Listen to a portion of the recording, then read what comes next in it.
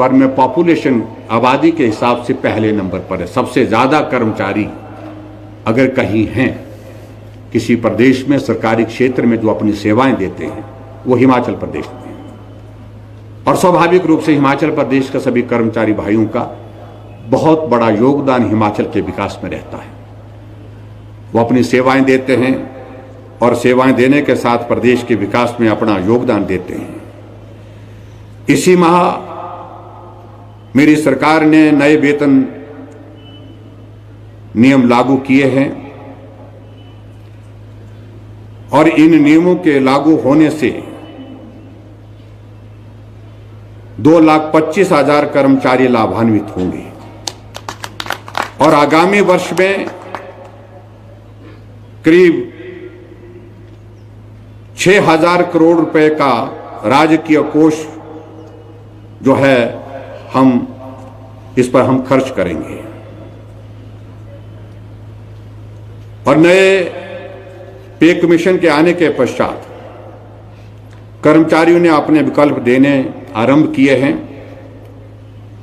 लेकिन इस बीच में मेरे ध्यान में यह लाया गया कि कर्मचारियों के कुछ वर्ग को वेतनमानों का समुचित लाभ नहीं मिल रहा है।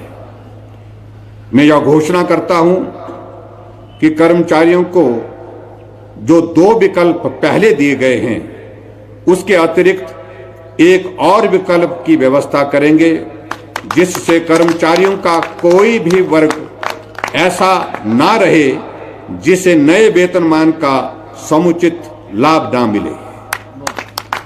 इसके अतिरिक्त अगर फिर भी कर्मचारियों का कोई वर्ग पे कमीशन के लाभ से वंचित रहता है तो हम उस पर पुनः विचार करके शीघ्र निर्णय लेंगे।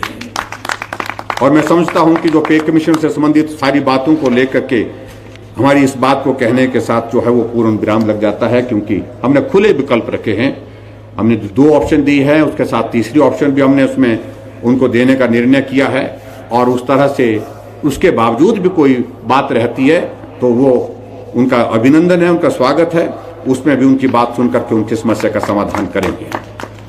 इसके आगे बढ़ते हुए मेरी सरकार राज्य के पेंशनरों के प्रति हमेशा सजग रही है और सीमित वित्तीय संसाधनों के बावजूद हमने पेंशन धारकों का हमेशा ध्यान रखा है, क्योंकि जो सरकारी सेवाएं देते हैं, रिटायर होने के बाद पेंशन लेते हैं, उनका भी कंट्रीब्यूशन